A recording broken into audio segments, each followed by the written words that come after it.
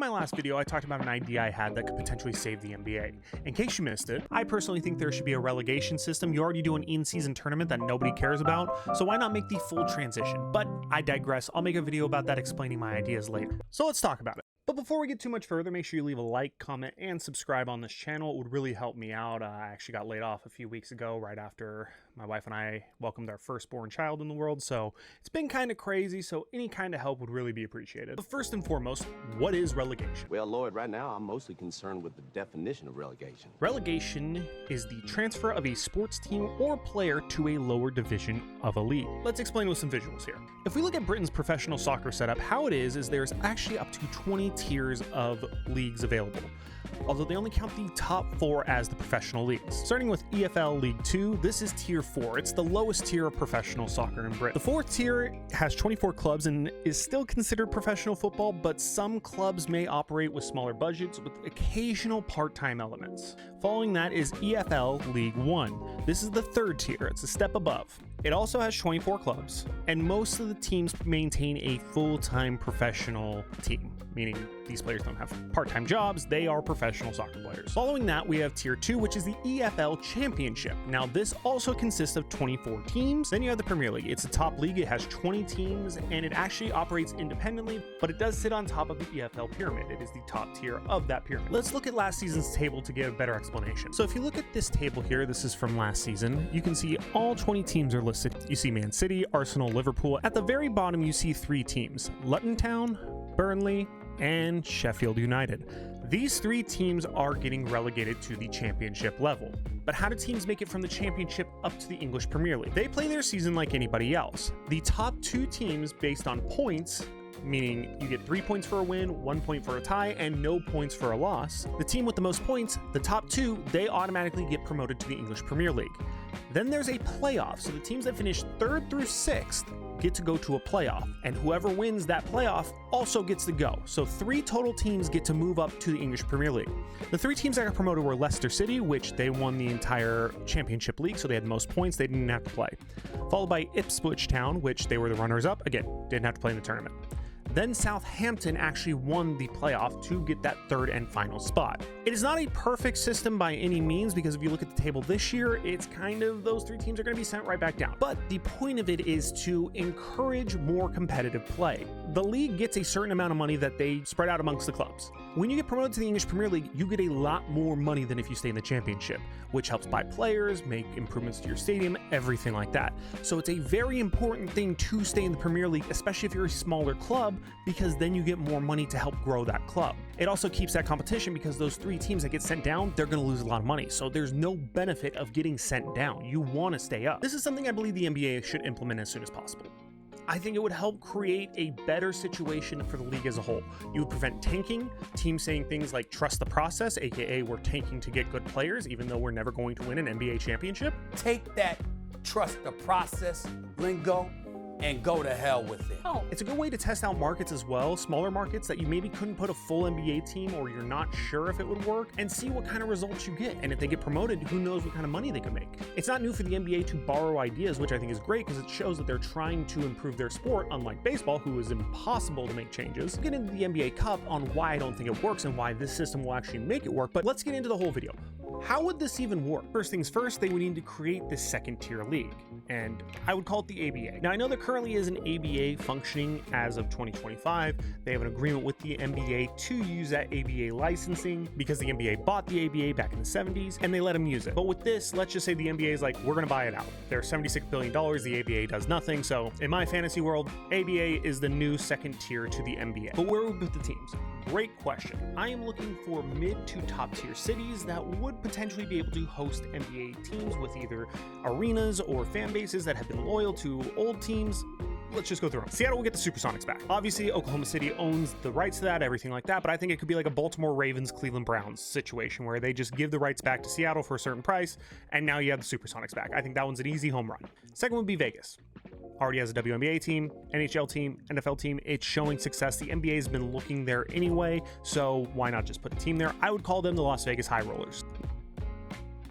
Next up, we got two cities that have hosted NBA teams before. One in Vancouver, who lost their team to Memphis as the Grizzlies. I think it's a great idea to put that team up in that Pacific Northwest. You can create that Cascadia rivalry automatically. It'd be great, and you'd have another team north of the border.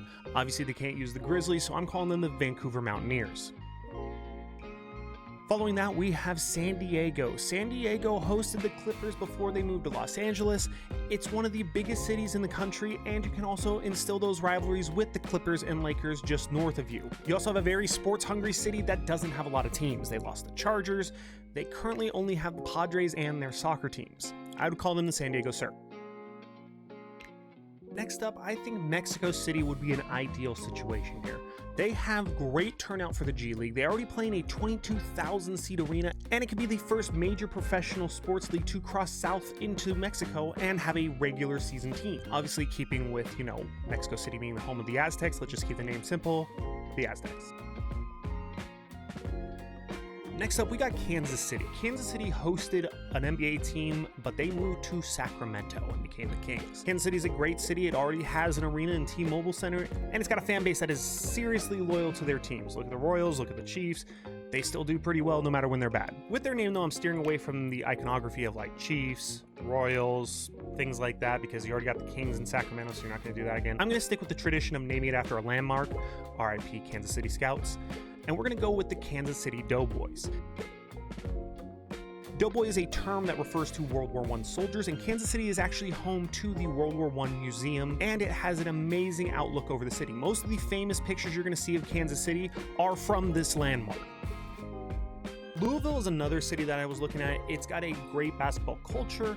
It's a big city. It doesn't have any professional teams yet. This could literally be like an Oklahoma City situation where you put a team there and it just goes bananas. And keeping with Louisville's tradition of horse racing and horses in general, let's just call them the Louisville Stallions. Next up, we got Pittsburgh. Pittsburgh seems like an ideal situation. Again, cold winters, indoor sports. Penguins are doing much better. Yeah, they were up for relocation in the early 2000s, but now they're pretty solid there. Steelers, Pirates, these are teams that usually tend to be not great, but fans still show up. As for the mascot name, I want to keep it with that, steelworking industry. Let's just call them the Pittsburgh Iron. Next, we got a growing city that I really do think could use a team. Let's go with Austin. Austin is a growing city, like I said. Yeah, the NBA has already got their foot in, Dallas, Houston, San Antonio. But I think because Texas is so big, they could house 4 teams realistically. And with Austin's growth, I just think it could definitely house a team, especially a smaller team that would fit in the ABA situation. So for their mascot, let's just call them the Outlaws. And last and not least, though, let's look at Tampa Bay. Tampa Bay is a city that has 3 professional sports franchises already. It already has an arena where this team could play. And just like Austin, I believe it's a city that could house an NBA team with no problems. As for the mascot, let's just call them the Tampa Bay Tropics. Shout out to Semi-Pro. So hypothetically, these are our 10 teams for the inaugural ABA season. But where would you get the players?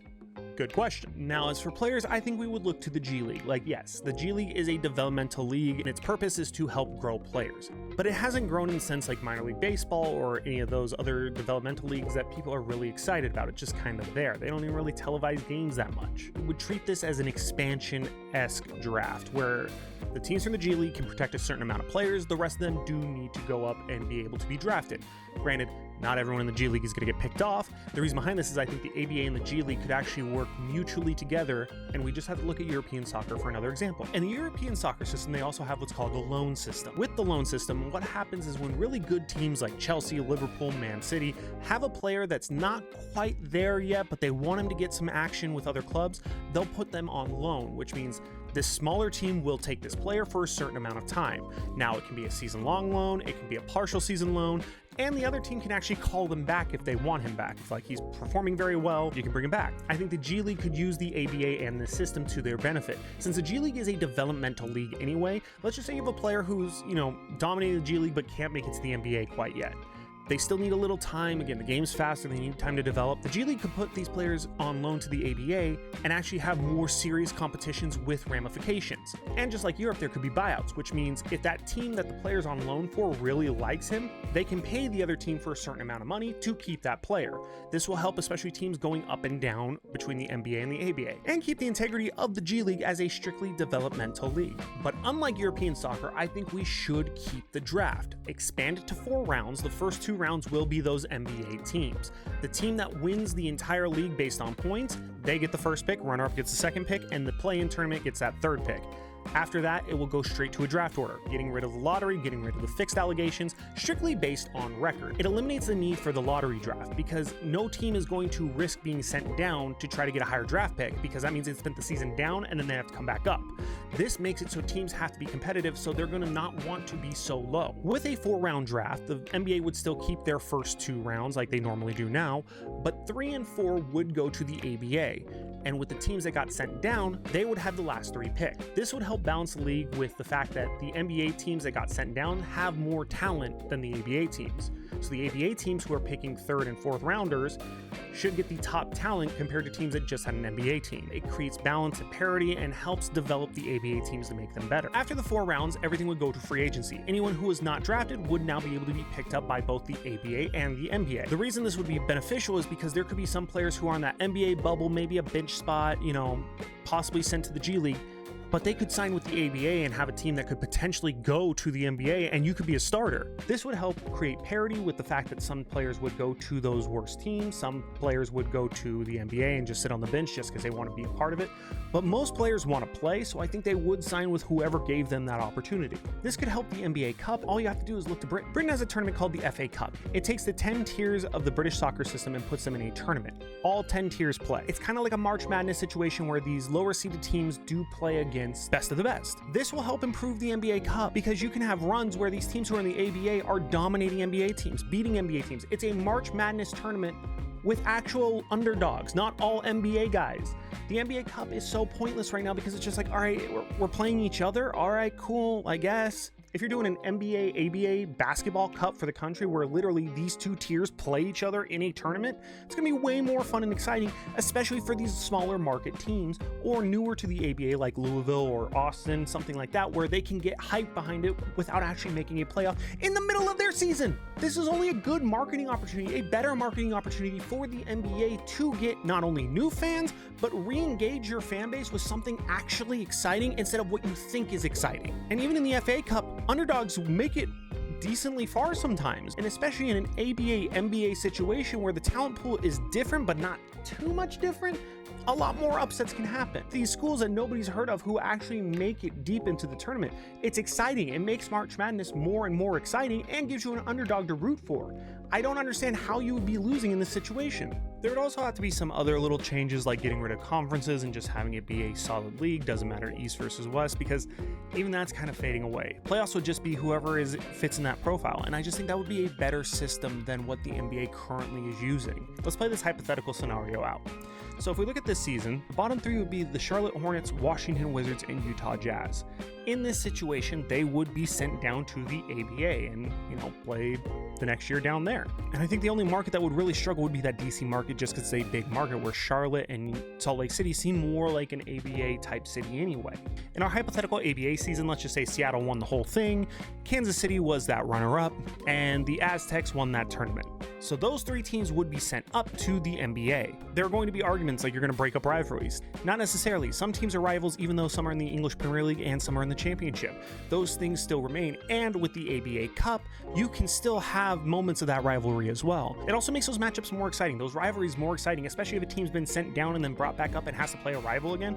It's going to be a lot more exciting. I also think this would help with load management because you could also rearrange the league a little bit and only play on specific days.